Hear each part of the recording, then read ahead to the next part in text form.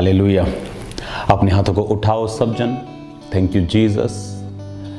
खुदावंद तेरा पवित्र आत्मा इनकी जिंदगियों में कार्य करे।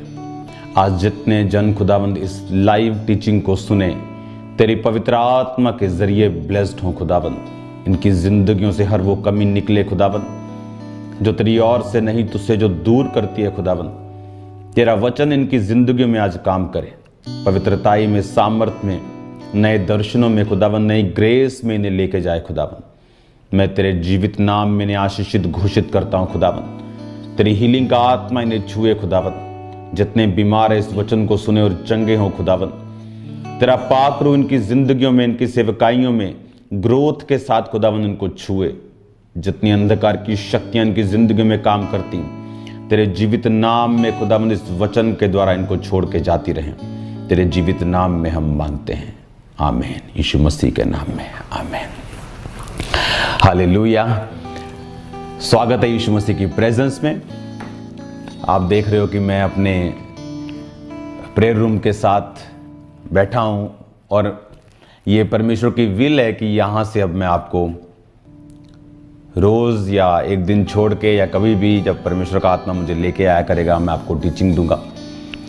इसका रीज़न ये है कि सिचुएशन कोई भी हो आपकी लाइफ में, वो मैरिज ट्रबल हो, वो फिजिकल ट्रबल हो, वो हीलिंग हो, वो कैंसर हो, वो एड्स हो, वो फाइनेंशियल ट्रबल हो, वचन के मुताबिक हमें जो तलवार दी गई है, यानी वो वस्तु जिससे हम काट सकते हैं, जिससे हम डिस्ट्रॉय कर सकते हैं, और हम जानते हैं हमारी जो आत्मा की तलवार है, क्योंकि हमें शारीरिक तलवारें परमेश्वर ने नहीं दी हैं, क्योंकि हमारा युद्ध सांसारिक नहीं, हमारा युद्ध इस संसार का नहीं, हमारा युद्ध किसी मांस, किसी लहू से, किसी सिख से, किसी कैथोलिक से, किसी पेंटिकोस्टल से, किसी समाज से नहीं। हमारा युद्ध शैतान से, अंधकार की शक्तियों से, उन आत्माओं से बाइबल कहती जो आज भी लोगों की डिस्ट्रक्शन के लिए काम कर रही हैं। तो वचन कहता है आत्मा की तलवार लो। जो भी सिचुएशन में आप हैं, अगर उसके पीछे वर्ड आपको नहीं मालूम कि मुझे कौन सा वचन बैक कर रहा है और कौन सा वचन इस सिचुएशन के लिए हथियार है, तब तक आपकी जो जीत है, जो विक्ट्री है, वो सुनिश्चित नहीं है।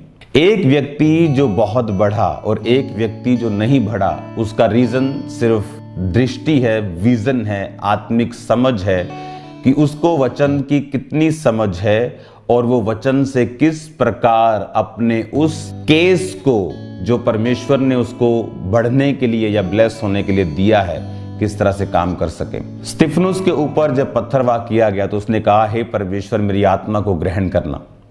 लेकिन जब पौलुस के ऊपर वही पत्थरवाह किया गया, और बाइबल कहती है वो इतना ज्यादा उस पर पत्थरवाह किया गया कि सब लोग उसे मरा समझकर, यानी उसका सिर फट गया होगा, उसकी बॉडी पे कई निशान होंगे, पूरी तरह से वो लिखा उसे मरा समझकर। जब कोई पत्थर मारता है किसी को, उसको मालूम होता है कि थोड़े सांस हैं या थोड़ा जीवित है, लेकिन उसे मालूम होता है कि मैं इतने मार चुका हूं कि ये मर चुका। लिखा उसे मरा समझकर छोड़कर चले गए।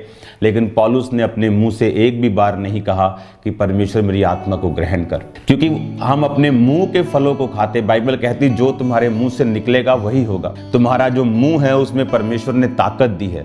और बाइबल कहती जब चेले पौलुस के करीब आकर खड़े हुए तो पौलुस उठ खड़ा हुआ और चेलों के साथ चला गया, और उसका जिक्र वो बार बार करता रहा। मैं पत्थरवाह किया गया, उसके निशान मेरे शरीर के ऊपर हैं, कोई मेरी देह के निशानों को तुच्छ ना समझे। तो वो सभी वही चीजें थी। उस वचन को मैं पढ़ना चाहता हूं आपके सामने, यशाया 54 उसकी 15, 16 और 17 आयत।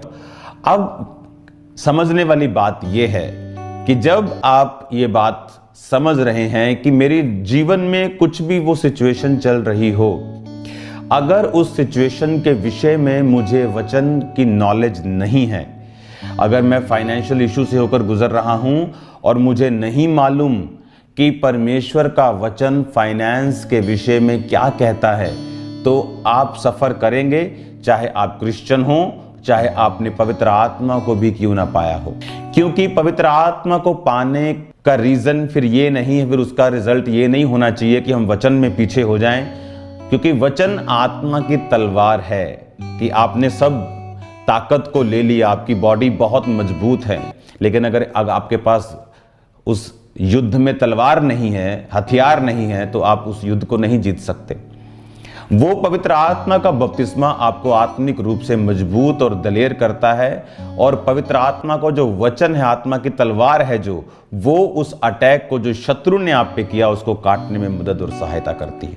अब जब हम इस वचन को मैं आपके सामने जब पढ़ूंगा, आपको इस बात की नॉलेज होनी चाहिए। पढ़ेंगे 5 आयत को और इसकी हम पढ़ेंगे 11 आयत को, जिसमें आप ये बात समझेंगे कि अगर मैं 5 आयत को पढ़ूं, तब तू इसे देखेगी और तेरा मुख चमकेगा और तेरा हृदय थरथराएगा और तू आनंद से भर जाएगा, क्योंकि समुद्र का सारा धन और जाति जाति की धन संपत्ति तुझको मिलेगी। उसने कहा समुद्र का धन तुझे मिलेगा, जाति की संपत्ति तुझे मिलेगी। ये किसके लिए है वचन? ये वचन उन लोगों के लिए है जिन्होंने परमेश्वर में अपनी लाइफ को डेडिकेट तरीके के साथ दे दिया है। अब जिस व्यक्ति को ये वचन मालूम है, वो इस वचन को क्लेम करेगा और इस वचन के जरिए परमेश्वर से उन आशीषों को प्राप्त करेगा और बढ़ेगा जो आम व्यक्ति या दूसरे सेवक नहीं कर पा रहे। और अगर मुझे ये वचन मालूम है तो मैं इस वचन पे प्रार्थना करूंगा, फाइट करूंगा और इस वचन के अनुसार चलूंगा।